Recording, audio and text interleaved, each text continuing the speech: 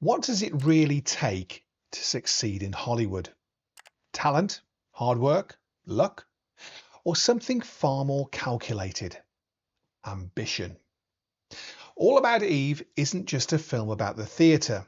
It's a film about power, about image, and about how far someone is willing to go to take someone else's place. And the most interesting part, you see it coming, but you can't stop it. Let's take a look.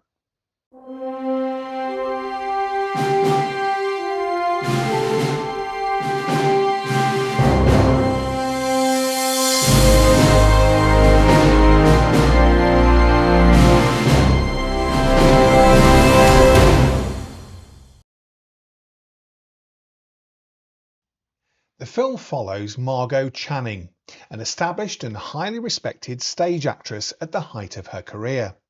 Confident, successful, in control, but beginning to feel the pressure of time. Enter Eve Harrington, a seemingly devoted admirer, quiet, respectful and eager to learn. At first she appears harmless, helpful even, but slowly, almost imperceptibly, Eve begins to move closer. Closer to Margot's world, closer to her career, closer to everything she's built. And as that happens, the balance begins to shift. And this is where the film does something brilliant, because it doesn't hide what's happening, it lets you watch it unfold. Bette Davis delivers one of the defining performances of her career as Margot Channing, sharp, commanding and completely self-aware. She doesn't play the character as fragile, she plays her as someone who understands exactly what's at stake. Anne Baxter as Eve takes a very different approach, calm, controlled, almost understated, and that contrast is what makes the dynamic so compelling, because while Margot expresses everything openly, Eve reveals almost nothing. Bette Davis drew on her own experiences in Hollywood for the role, particularly the pressures of aging in an industry focused on youth. That personal connection adds a layer of authenticity to her performance. Director Joseph L. Mankiewicz gives the film its defining strength: dialogue. This is a script built on words, sharp, precise and often cutting. Conversations aren't just exchanges, they're battles. Every line reveals something, every scene shifts the balance of power, and the pacing allows those moments to land. Mankiewicz both wrote and directed the film, giving it a clear, consistent voice throughout.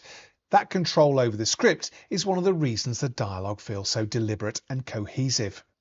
But just when you think you understand Eve, All About Eve reminds you of something important. You only know what she wants you to know.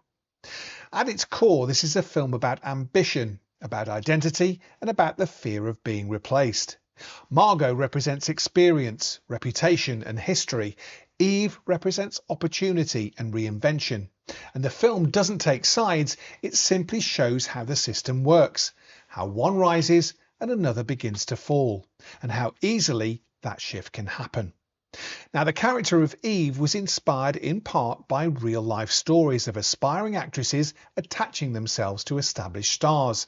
That grounding in reality gives the film its edge. It doesn't feel exaggerated, it feels possible.